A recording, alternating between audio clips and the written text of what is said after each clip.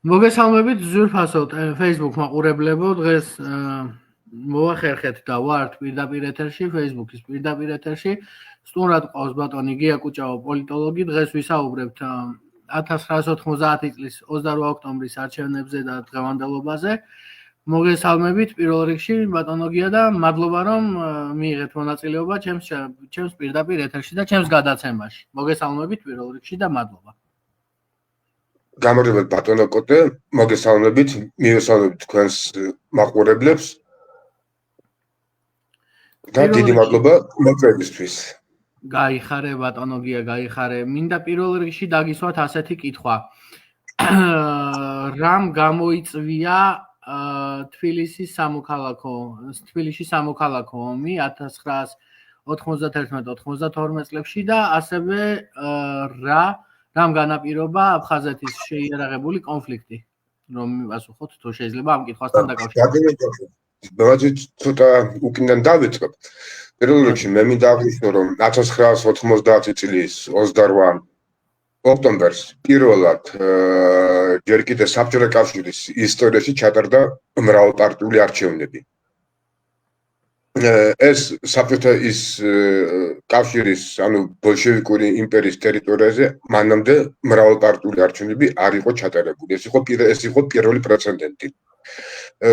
ზოგმა ოპონენტმა შეიძლება ემთხვას, რომ ბალტიისპირეთში ჩატარდა თქვენზე ადრე არჩევნები, სადაც საიუდისმა, ანუ იმ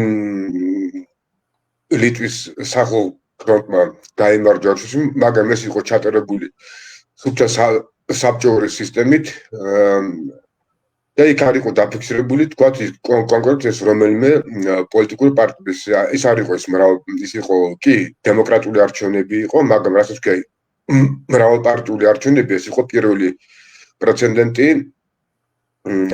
ბოლშევიკურ იმპერიაში, საბჭოთა კავშირში. აი ახლა მაშინ ესე იგი საქართველოს პარლამენტში უნდა ერჩიათ უზენაეს საბჭოში 250 დეპუტატი. აქედან 125 დეპუტატი უნდა არჩეულიყო პროპორციული სიით, ანუ პარტიული სიებით და 125 დეპუტატი უნდა არჩეულიყო მაჟორიტარულ ოლქებში. მაშინ ვისაც იხა ჩემთავობას, ვისაც ეს გვახსოვს, ეს არჩევნები ეს იყო მართლაც უპრეცედენტო შემთხვევა და მართლაც ხალხი მიდიოდა თავის ნების გამოსახატად. გაიმარჯვა მრგვალმა მაგიდან. აი ხა სტიმს შემოსახმა ამოწერილი ეს ციფრები. ახლა გეტყვით ზუსტად. მრგვალმა მაგიდან თავისუფალმა საქართველომ, რომლის ლიდერი იყო ბატონი ზვიად გამსახურდია, მიიღო 155 ადგილი, მათ შორის 74 მანდატი მან მიიღო მაჟორიტარულ ოლქიდან და სულ ბატონო ზვიად გამსახურდიას მრგვალმა მაგიდან მიიღო 1,248,111 ხმა. მეორე ადგილზე გავიდა კომუნისტური პარტია, მან მიიღო სულ 64 ადგილი, მათ შორის 20 ადგილი მიიღო მაჟორიტარულ ოლქში და სულ კომუნისტურმა პარტიამ მოიპოვა 683,824 ხმა. სხვა დანარჩენმა პოლიტიკურმა პარტიებმა 4%-იანი ბარიერი, რომელიც იყო დაწესებული, ვერ გადაალახა. ეს მინიმალური 4%-იანი ბარიერი, მაგრამ გავიდნენ მაჟორიტარული ოლქებით, გაიყვანეს, შეადლეს 12 დეპუტატების გაყვანა. მათ შორის იყო სახალხო ფრონტი და მათ შორის იყო რესპუბლიკური პარტია. რესპუბლიკურ პარტიას ახლა თუ მეხსიერება არ მყავდობს ზუსტად, სულ 1 თუ 2 მანდატი არ ყო. ეს იყო ბატონ დავით ბერძენიშვილი, რომელსაც ბათუმში მოიგო მაჟორიტარული ოლქში არჩევნები. აი ეს იყო და ესე იგი ამ არჩევნების შედეგად თქვენ მივიღეთ უზენაესი საბჭო, ესე იგი თქვათ ეს იყო საბჭოთა კავშირის ტერიტორიაზე იყო უპრეცედენტო შემთხვევა, როდესაც ეს ჩატარდა, როგორც გავუშვე, მრავალპარტიული არჩევნები. და ჩამოყალიბდა გამარჯვებულმა პოლიტიკურმა ძალამ ეს იყო საარჩევნო ბლოკი მრგვალი მაგდე თავისუფალი საქართველოს ჩამოყალიბა მთავრობა ბატონის ზვიად გამსახურდი არჩეული იქნა უზენაესი საბჭოს თავმჯდომარედ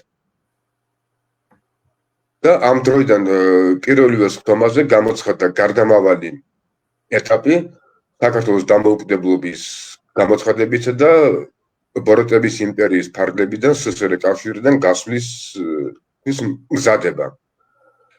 ნუ ახლა რასაკვირველია ბატონო კოტე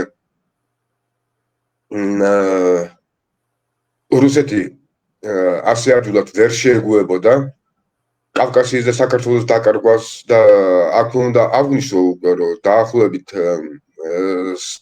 უკვე 50-60 წლებში სტალინის სიკვდილის შემდეგ პოლიტბიუროში და 60 წლების დასაწყისში პოლიტბიუროში უკვე ვარაუდობდნენ რომ საბჭოთა კავშირი დაინგრეოდა და საამისოდ ამზადებდნენ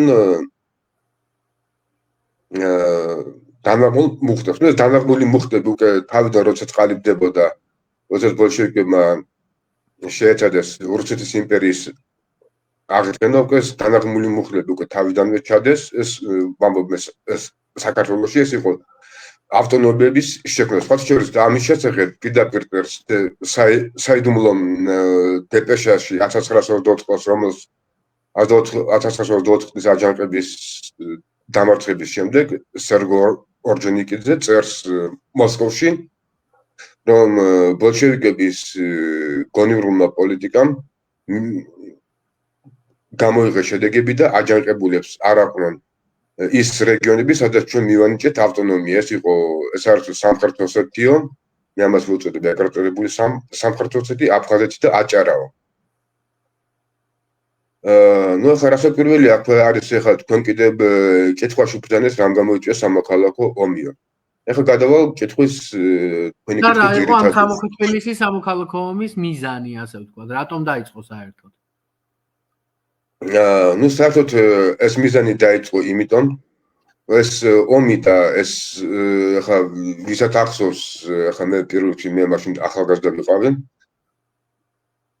ახლა გეტყვით ეს იყო უკვე მე დაახლოებით მაშინ ვიყავი მესამე მეოთხე კურსის სტუდენტი როდესაც ეს თბილისში დაიწყო ეს სამოქალაქო ომი და უნივერსიტეტი იყო ყველაზე უნივერსიტეტის სტუდენტები იყვნენ მაშინ ყველაზე აქტიური პირები ნუ თქვათ ვინც ამ პროცესს ამ თვალს ადევნებდნენ ან ჩართული იყვნენ ამ პროცესებში ან ერთ ან მეორე მხარეს აქ უნდა ითქვას რომ ეს საბჭოთა კავშირმა და საბჭოთა უშუქრების კომიტეტმა, ანუ რუსულად აბრევიატურად KGB-ს რასაც ვთქვით, კომიტეტ გосударственной безопасности, მოახერხა ის რომ ქართული საზოგადოება გახლიჩა. ამით ანუ ეს წარმოიშვა ეს არ მინდა ახლა ამ ტერმინის ხმარება, მაგრამ წარმოიშვა ეს ტერმინი ზვიადისტები და ოპოზიცია, ზვიადისტები და ფუჩისტები. და სხვათა შორის ამას რუსეთის ხელისუფლება ძალზე აქტიურად უწყობდა ხელს და თამაშობდა ორივე მხარეს. ანუ მე ხარ აღგვიწყობისო სამოქალაქო დაპირისპირება უფრო და უფრო გარღმავებული იყო. ბატონი თემურ ქორიძე ეს რომელიც იყო ახლა მე მინდა გავახსენო ბატონი თემურ ქორიძე იყო უზენაეს საბჭოში იყო განათლების და მეცნიერების კომიტეტის თავმჯდომარე, ამავდროულად ეროვნული მოძრაობის აქტიური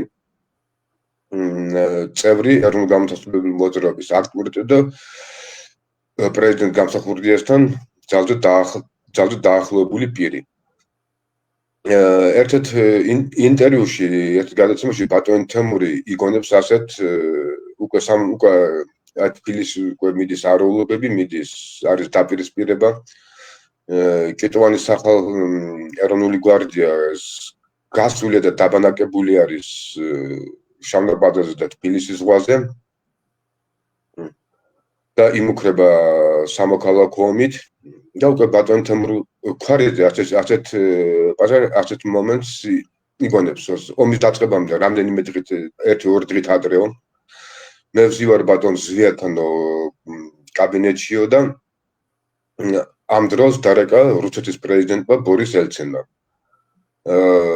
როგორც კი შეერთეს რომ მე მინდოდა გასვლა მესმოდა ხო რომ ბატონ ზვიადი არის პრეზიდენტი და ეხა იქ რა საუბარი იქ მოდოდა ბატონ ზვიადი ხელით მანიშნო დარჩი არც არ გახვიდეო და შევესწარი ამ ლაპარაკსო და ამ ბატონმა ბორის ელცინმა უთხრა ასეთი რაღაცა წავყნა პრეზიდენტ გამსახურდიას ულტიმატუმი ან საქართველოს შევა DST-ში ანუ SNG-ში როგორც კიდე ხშირად ვამბობთ დამოუკიდებელ სახელმწიფო თანამეგობრობაში ეს რუსულად სადროშესტვენი ნეზავისიმი გასვდართ ანუ რუსეთის იმპერიის პოსტ-იმპერიული ასე ვთქვათ წარმონაქმნი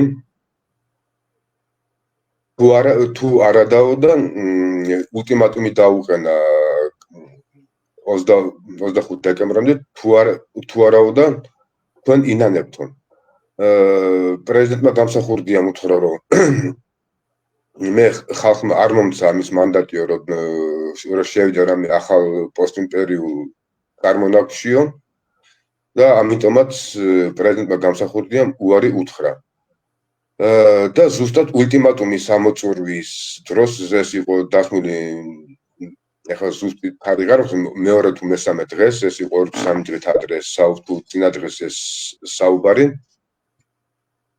ულტიმატუმი ამოიწურა 12 საათზე 25 დეკემბერს და 12 საათზე და 0 წუთზე გავარდა პირველი ტყვია.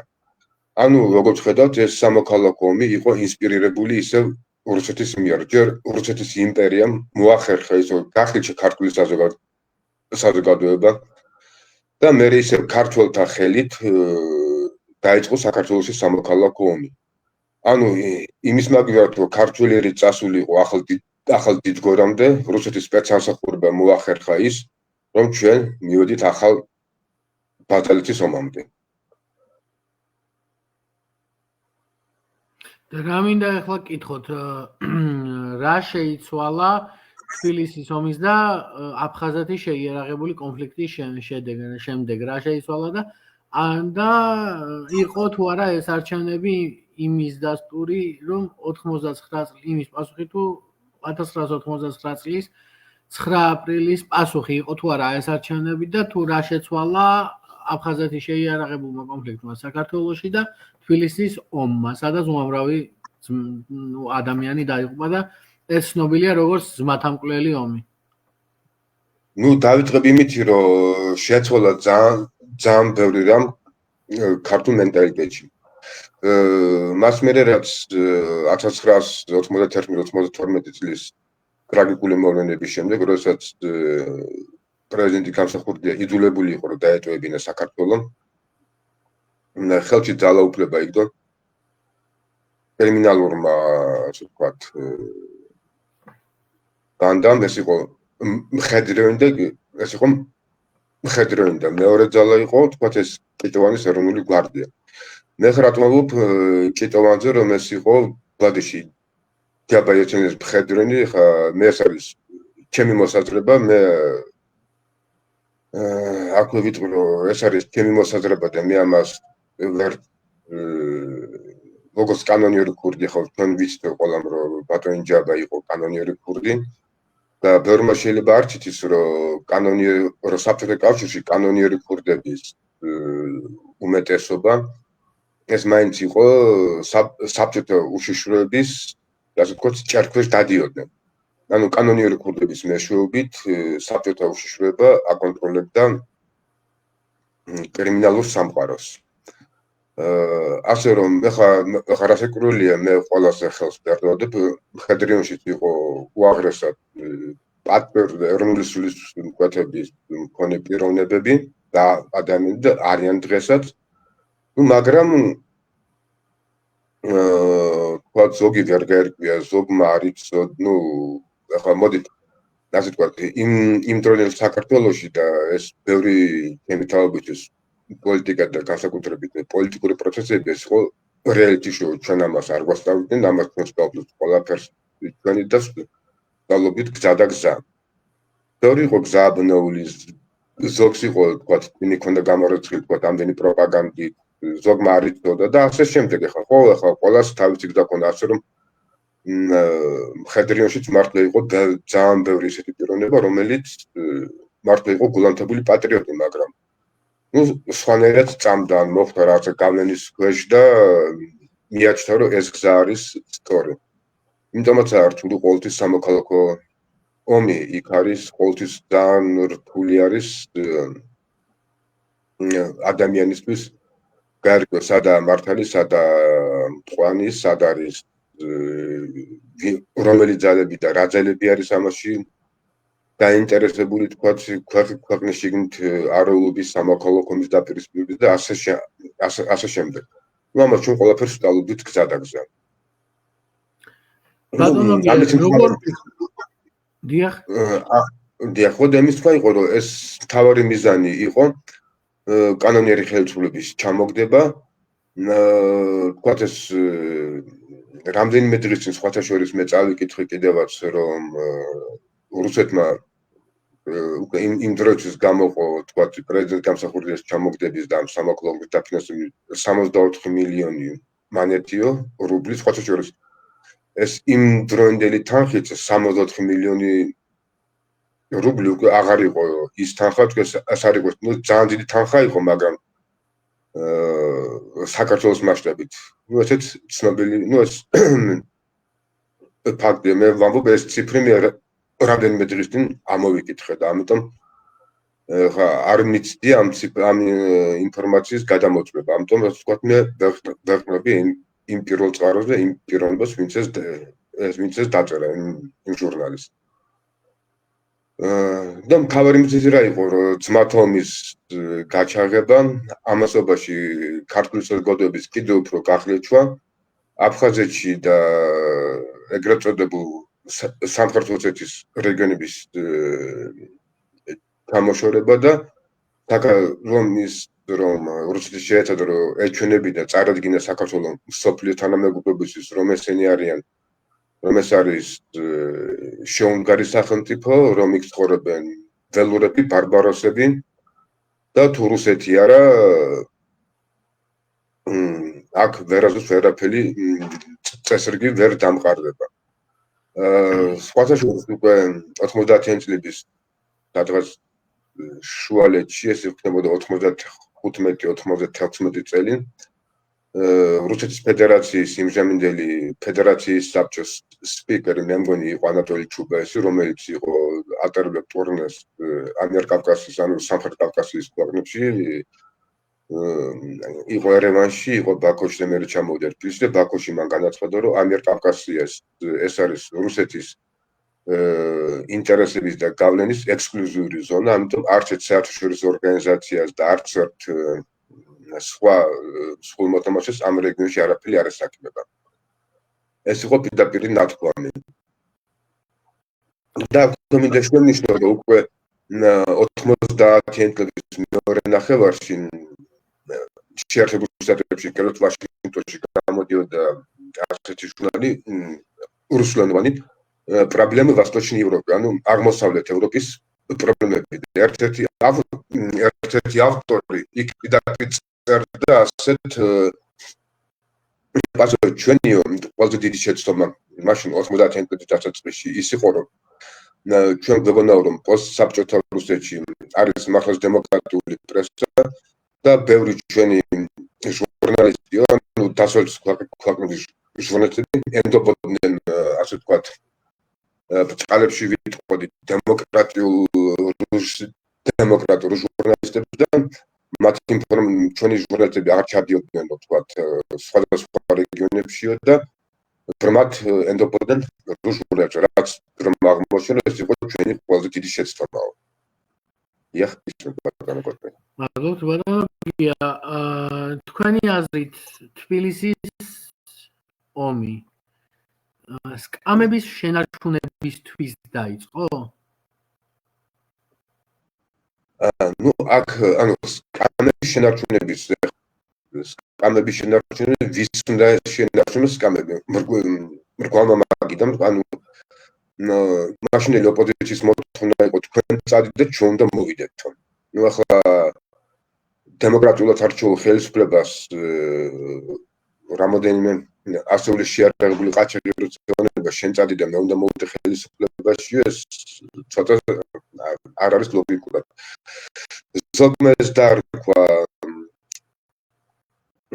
წითელი დირექტორების შეთქმულება, მაგრამ ნუ ეს ფაქტია, რომ ეს სცენარი ყველაფერი იყო დადგმული რუსეთში და რუსეთის მიზანი იყო, რომ საქართველოს დაბრუნებულიყო რუსეთს უნდა საქართველოს სრული და ტოტალური კონტროლი, რაც ნუ ხელისუფლებაზე ყოველ შემთხვევაში ამიტომ იყო ამოქმედებული კგბ-ს საბჭოთაშორების დარჩენილი აგენტურა, რაც აქ იყო ის ადგილობრივი თქვათ რუსული ტერმინით ვიყო სტუკაჩი, დამსმენები და ასე შემდეგ. ეს იყო რუსეთის რევანში რათა საქართველოში დამყარებინა თავისი სრული კონტროლი. ბატონო გია, თქვენი აზრით რატომ მოუნდა ბრჭყალებში რუსეთს აფხაზეთის რეგიონი? ანუ რატომ დაიწყო თქვენი აზრით რუსეთმა აფხაზეთში სამხედრო მოქმედებები? ნუ ბატონო კოტე ჯერ დავიწყე ასეთები კიდე რუსეთის იმპერატორმა ალექსანდრე პირველმა იყო რუსეთის იმპერატორი 1825 წლებში, ეს რომელმაც შემოიერთა ქართლის შემდგომში უკვე ქუთაისის გუბერნიებად რუსეთის შემადგენლობაში ეკუთვნის ასეთი ფრაზა. რუსულ არმიას ევროპაში არავინ მიცემს უფლებას რომ მიომოსა და საამისოთი არისო კავკასიის რეგიონიო. ნუ ახლა ჯერ დავიწყებ იმით, რომ აქ არის რამდენიმე ეტაპი, პირველ რიგში რომ რუსულ არმიას ეს ჰქონდა ავღანეთში წაგებული ომის სინდრომი. და სხვათა შორის ავღანეთის ომს ეძახიან, რასაც ღიად თამბობენ, რომ ავღანეთში რუსეთის მარცხი იყო ერთ-ერთი წინაპირობა იმისა, რომ საბჭოთა კავშირი დაიშალა. ამავდროულად ეს დამარცხებული არმიის მარცხის ლაქის გამოხსნა. მაგრამ ეს იყო ნახევრადშიგრდული ომი, ეს ნახევარსიკვდილს მე გულისხმობ იმას, რომ ამ შემთხვევაში უკვე აქ რუსეთი მოქმედებდა თავის მარიონეტები. ეს იქნება ჩრდილოკავკასიელები, თუ ეს იქნებოდა სხვა დაქირავებული ბოევიკები. მე მინდა გავიხსენო ასეთი მომენტი, როდესაც სოხუმში ჩამოგდებული იქნა რამდენიმე დღით ადრე, როდესაც რუსეთმა განაცხადა, რომ რუსეთის თავდაცვის პავლე გრაჩოვმა განაცხადა ასე რაღაცა, რომ თურმე ნუწოდა ქართული პოზიციებიო დაბომბაო საქართველოს ავიაციამ უბრალოდ პიარის გულისთვის ამომცნობი ნიშნები ეს ქართულმეს გადაღებეს ქართული ნიშნები წაშორს გადაღებეს როგორც რუსული ამომცნობი სიმბოლები რუსეთის ამ პავლე გრაჩოვის ამ განცხადების 2-3 დღეში ქართლების მიერ ჩამოგდებული იქნა რუსეთის თვითმფრინავი რუსფილტი დაიღუპა. ეს იყო მაიორ შკუროვ თუ არ მეშობა გვარი და რუსეთის წვლილი ამგვარად გასამდგომლო რუსებს რა ინტერესები ჰქონდათ აფხაზეთში. ჯერ ესეთი დაიწყო იმიტომ რომ აფხაზეთი იყო სამხრეთ დედამიწაზე, იქ რუს გენერლებს ჰქონდათ თავდაცვის სამინისტრო და უმაღლეს პარტიულ ელიტაში საკუთარი აგარაკები. ამის გარდა არ დაგვაწევთ არსებობდა რუსეთის ფაზები და ამის გარდა კიდე რაც მთავარია ეშერის მიწისქვეშა ლაბორატორია. ამის გარდა არის კიდევ ერთი, რაც არის ის, რომ შავი ზღვის პორტი ნავსადგურები იყო აღთავრი ოჩამჩირეში იყო სამხედრო ბაზა. ბევრი ხალხს მეორე მსოფლიო ომის როდესაც რუსები იძულებული იყვნენ დაეტოვებინათ ყირიმი, საბჭოთა რუსეთის მთელი შავი ზღვის სამხედრო საზღვაო ფლოტის დისლოცირების წერტილი ყველაზე ოჩამჩირა. ეს იყო მართლაც მნიშვნელოვანი, რუსებს აინტერესებდათ ოჩამჩირა, აინტერესებდათ მოსკოვში გამოვიდა აი ცნობილი რუსი ფაშისტის რადიკალის მემარცხენე რადიკალის ალექსანდრ დუბინის წიგნი, ხოჩო ძალიან საინტერესო წიგნია. გეოპოლიტიკა, რუსეთის გეოპოლიტიკური სტრატეგია. იქ როდესაც განიხილავს შავი ზღვის პასაჟი ალექსანდრ დუბინის ჩვენ შეგვიძლია მთელი ჩრდილოეთი და აღმოსავლეთ შავი ზღვისპირეთი დავყოთ ეთნიკურად, კონფესიურად და სხვა შემადგენელ მოსკოვის ტოტალური კონტროლის ქვეშ. ანუ ის არის, რომ რუსეთს უწევდა სრული კონტროლი მთელ ჩრდილოეთ და აღმოსავლეთ შავი ზღვის სანაპიროზე. და აფხაზეთის სამეფოს იყო ყველაზე იდეალური ადგილი, თანაც უნდა არ დაგვაწევს, რომ თითქმის 100 წელი რუსეთი ამზადებდა ამ დაპირისპირებას. თქვენი აზრით რა არის საჭირო თქვენი აზრით იმისთვის, რომ აი ადამიანურად გადაწყდეს აფხაზეთის და თუნდაც სამხრეთ ოსეთის ბედი. ანუ რა არის ამისთვის საჭირო, რომ რუსეთმა და საქართველომ ისაუბროს ერთ მაგიდაზე, ასე ვთქვათ, ერთ მაგიდაზე. ნუ პირველ რიგში მე ისევ იყო რამდენიმე წლის წინ ისევ ამავე დუგინის ინტერვიუ, მამ ხშირ შემთხვევაში ხან ნერატოვიშვილი დუგის მაგი არის კრემლის ოფიციალური, ასე ვთქვათ, არაოფიციალური უბრალოდ იმიტომ რომ მაგი ლაპარაკობს იმას რუსეთის ოფიციოზი.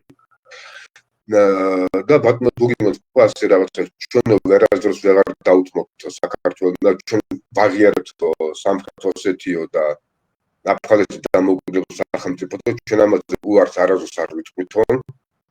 მაგრამ რა შეგვიძლია შევთავაზოთ საქართველოს და მე დაიწყო მან საუბარი ეკონომიურ თანამშრომლობაზე. რითაც შეიძლება საქართველოს სახელმწიფოების ყიდვა ან ქართული ხალხის ყიდვა.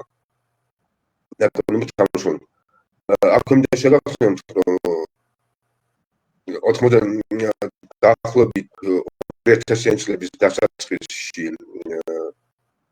ცხინვალის პრობლემა თითქმის იყო გადაწყვეტილი.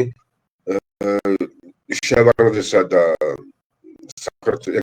სამხრეთ ოსეთის პრეზიდენტის ჯიბიროვის მიერ პარაფირებული იყო და შეთანხმება, რომლის შედეგადაც საქართველოს სამხრეთ ოსეთში უნდა აღდგენილიყო საქართველოს კონსტიტუცია, მაგრამ იქ ფაქტურად რუსეთის სამხედრო დაზვერვა მოახერხა, ასე ვთქვათ, მოიყვანეს კოკოევი. ნუ რომელსაც პირდაპირ ბატონო არა, კოკოევი იყო და მერე გახდა კოკოევი. და რომელსაც გეზი აიღო პირდაპირ შეერაღებული კონფლიქტის და საქართველოს ხელისუფლებას შორის ასე თუ ისე მიმდინარეობდა აქტიური მოლაპარაკება. 99 წელს მეც ვიყავი სოხუმში ჩასული და გარკვეულ წარმატებებსაც მე პირადად მივახციე და გამოუწენა, რაც რის შემდეგაც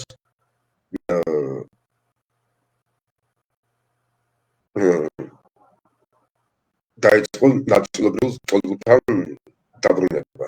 ნუ მასიური არა, მაგრამ სადღაც ჩემი დამსახურებაც ერთ-ერთი ფაქტი ჩემი არა, მაგრამ ნუ ეს იყო მისი, როდესაც მე ვიყავი მივლინებული. ასე რომ მაგრამ ეს დღევანდელ რუსეთს როგორც ჩვენ ვხედავთ, მას სურს იმპერიის აღდგენა და აფხაზეთის კონფლიქტი ჯერ კიდევ ჩაიდო, ეს ნაღმი ჩაიდო 1950-60 წლების დროს.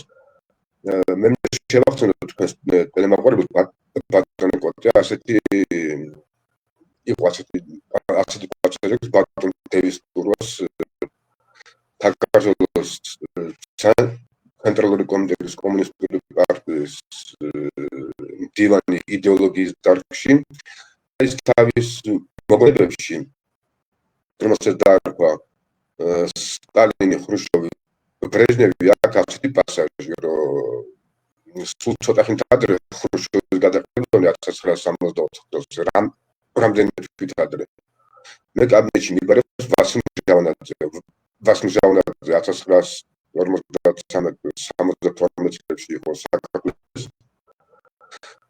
და სადაც კაბინეტში დამხვდა აფხაზეთის კომპარტიის ობკომის პირველი მდივანი მიხეილ ბგაჟბა. ის იყო ძალზე აღელვებდა, რომ შევედი კაბინეტში, ორივე ჰქონდა ძალზე აღელვებული სახეობა.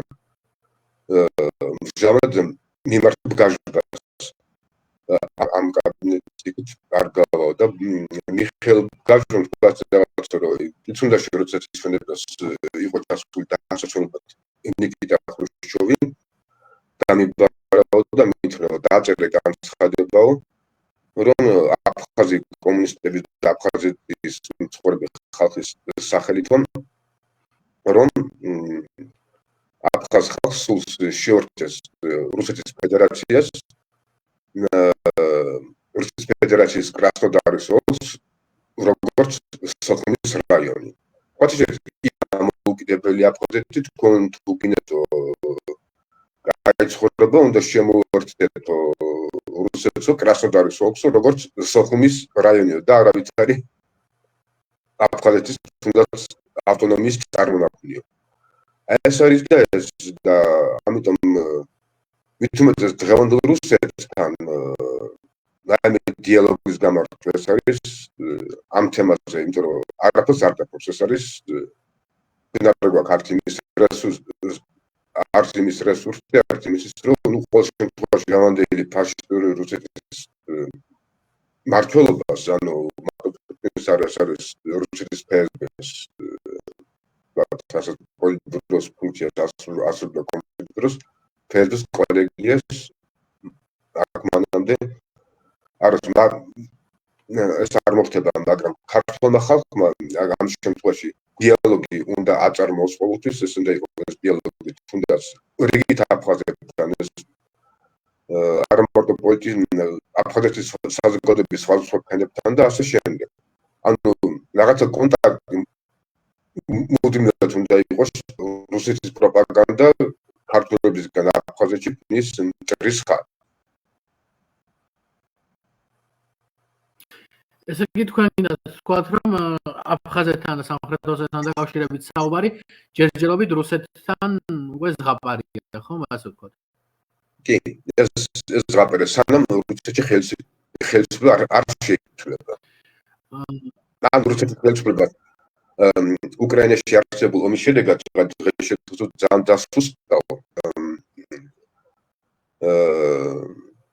უკვე ვთქვათ, ამერიკის შეერთებული შტატების დაზვერვის მასალას ანალიტიკოსები რომ პირიქით ამ ბოლო დღეებში რუსეთის პრეზიდენტის და რუსეთის ხელისუფლების რიტორიკა უფრო დამკაცრდა და ითხოვენ გაცილებით მეც ვიდრე ადრე იმითია დაკავშირებული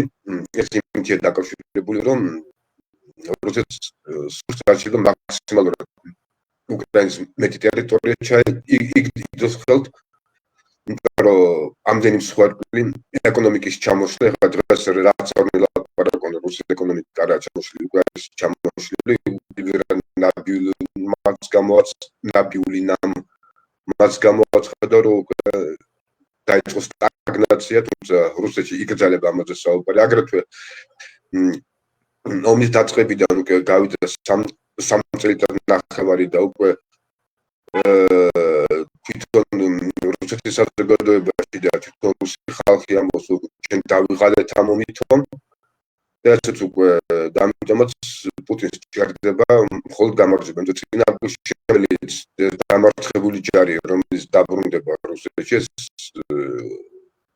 იქაც რუსეთის ხელისუფლებაში ძალიან კარგად იცის, შეუძლია თქვა, რომ რაში დაუჭირდა ამ ხოლმე მსხვერპლს შეგახსენებთ, რომ რუსეთს უკვე დაჭრილი და დაღუპული ყავს სხვადასხვა მონაცემებით 1 მილიონი ადამიანზე მეტი.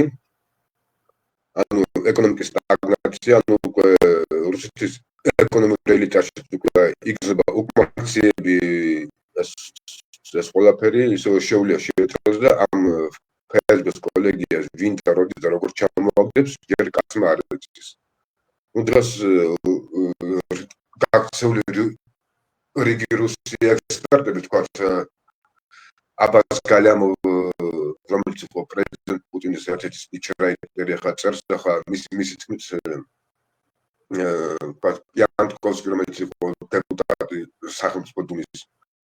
ამბობს, შეიძლება დანიშნონ ახალი პრემიერ-მინისტრი მალეს, მის ნაცვლად და მერე თქვა პუტინი გადადგება. მაგრამ მეც ეჭვმეპარება, მაგრამ რომ ასე დაიხუროს ხუდი და წავიდეს. ან შეიძლება მიდის რაღაცა მოლაპარაკებები თქვა მის ხელშეუხლობის შესახებ. რომ მზადაა დათმოს ხელისუფლება, თვითონ იგი დარჩება ხელშეუხებელი. ეს არის პოპულარული და გასაიდუმლოებული, ეს ჩემი ვერსია არის, რაც არ არის მოკლებული და ნახო. პატივცემულობია, რა მინდა გკითხოთ ახლა. თქვენი აზრით რა შეცვალა თავისუფალმა საქართველოში იმ წლებში, როდესაც აი თბილისის ომის და აფხაზეთის ომის ასე ვთქვათ დაემთხვა ერთმანეთს. ნუ დავიწყო იმით, რომ მრგვანმაგიდან შეცვალა ის ჯერ ხელისუფლების მოსერი, ნუ ქართულს არ არაზინა, მაგრამ ღია დაიწყოს უკვე მოახერხა ის, რომ მრგვანმაგიდის წყალობით ჩვენ და პრეზიდენტ ზვიად გამსახურების წყალობით საქართველოს მოიპოვა დამოუკიდებლობა. როდესაც ჩვენ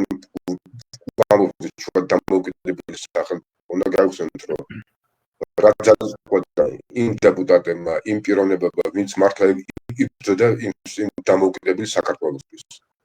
გარმა სიცოცხლეს შეწირა. ეს იქნებოდა 9 აპრილის ტრაგედია, იქნებოდა ომი აფხაზეთში თუ სამაჩაბლოში. თუნდაც აი სამოქალაქო ომის ტრაგედია. მე მინდა შეგახსენო თქვენ ბატონო კოტე და თქვენს მაყურებელსაც, რომ არანაკლები წავეს სამოქალაქო ომი იყო, ეს ესპანეთშიც ფრანკო მოვიდა ხელისუფლების საათებში, მაგრამ ხელისუფლების გამტკიცების შემდეგ გენერალმა ფრანკომ სამოქალაქო ომის ყველა მონაწილე შესვლისას, ანუ როგორც ფალანგისტები, რესპუბლიკელები, იქ არის წარწერა, ესენი იბრძოდნენ უკეთესი ესპანეთის. სამწუხაროდ საქართველოში ასე რაღაც არ მომხდარა. და ეს ხელისუფლებას არ უწევია რაღაცა ნაბიჯის გადადგმა საქართველოში თქვა ეროვნული თანხმობის აღდგენისაკენ. თქვენ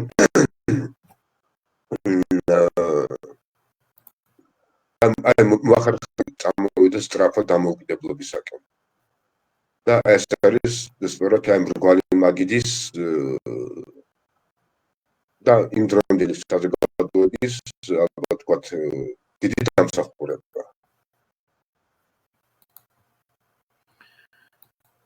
ბატონო გია, რას მოელით ამ პერიოდში, აი 2025 წელს უკვე 2000-დაც პოზიციისგან ან ოპოზიციისგან ამ რუსეთთან ურთიერთობების დალაგებასთან დაკავშირებით? რუსეთთან ურთიერთობების დალაგება. მოდი ახლა ასე დავწყო ბატონო კოტე, რომ რუსეთთან ურთიერთობების დალაგებას ვინ რას გულისხმობს? რა გვინდა თქვენ და რა უნდა რუსეთს? ჩვენ გვინდა ჩვენ ტერიტორიული მთლიანობის აღდგენა, ჩვენ სახელმწიფოს უნდა განვითარება და ჩვენ სახელმწიფოს უნდა წინსვლა. ამას რუსეთი ყოველთვის შეეწინააღმდეგება. რუსეთი სხვათა შორის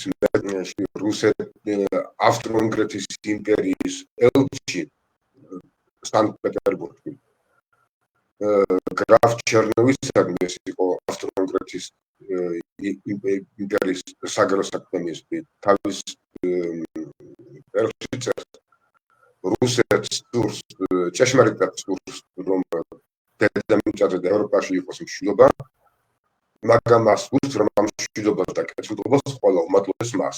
და ეს იყოს მხოლოდ დამოკიდებული ეს მშვიდობა ეს იყო დამოკიდებული რუსეთზე. დაახლოებით იმიტომ მომყავს ვთქვათ ახლა რა მითხოვს შემოყავს იგივე აზროვნება მას სურს რომ ყველაფერი იყო დამოკიდებული მაგაზე და როგორც ისინი იწვენ იქნება ისე. არ იქნება ეს ასე. იმიტომ რომ რუსეთს აქვს სურს რომ ყველაფერი თვითონ მართოს. ვთქვათ აი ჩამოიყენოს ვიღაცა იგორ გიორგაძეს მსგავსი პიროვნება არის მარიონეტი და რომელიც ყველაფერს გააკეთოს მოსკოვთან შეთანხმებით.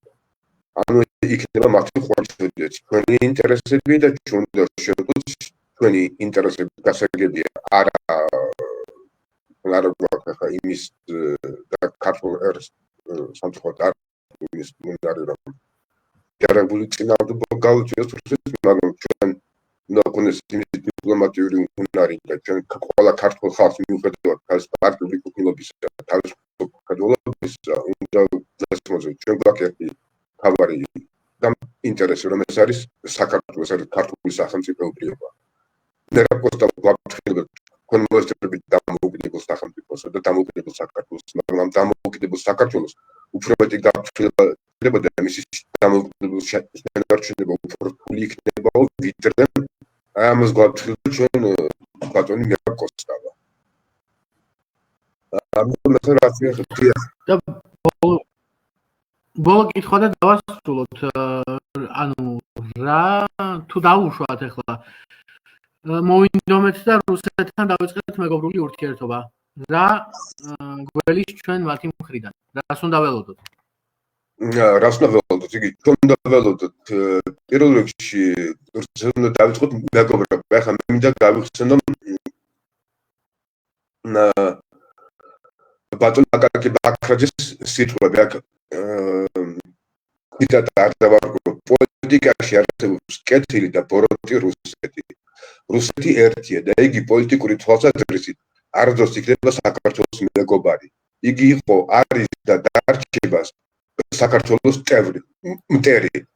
ბავშვ ილუზიას ერთხელ და სამუდამოდ უნდა გამოვეთხოვოთ. პოლიტიკური მოვლენების რეალურად და ფხიზლად ვინ მართავს რუსეთს? რუსი ივანე მრისხანე, თათარი ბორის გოდუნოვი, გერმანელი ეკატერინე მეორე თუ ქართველი სტალინი. ისინი რუსეთის სახელმწიფოს ემსახურებიან, რუსეთის სახელმწიფო ინტერესებს ემსახურებიან. პირველ რიგში ყველა მმართველი, რომელიც მოვა საქართველოს ხელისუფლებაში, უნდა გავითვალისწინოთ ეს.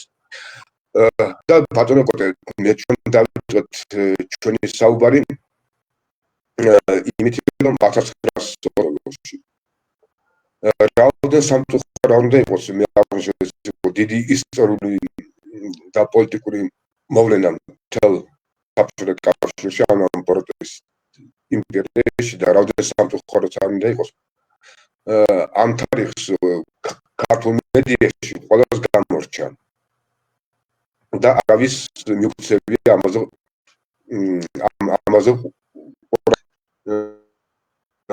თქვა კოცი და ნაცი ოპოზიცია და ხელისუფლება და ასე შემდეგ დაიწყეს მნიშვნელოვანი დღე. ანუ დაგვაუწყოთ ჩვენ საიდან მოდივარ და საიდან მოდის საქართველოს დამოუკიდებლობა.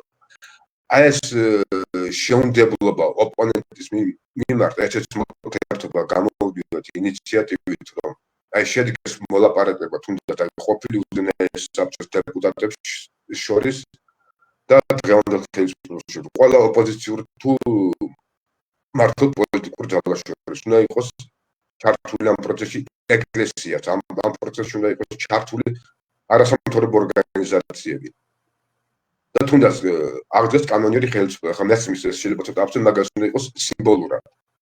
იმიტომ რომ თქვა ძალიან ბევრი აღარ არის სოციალური ძალიან ბევრი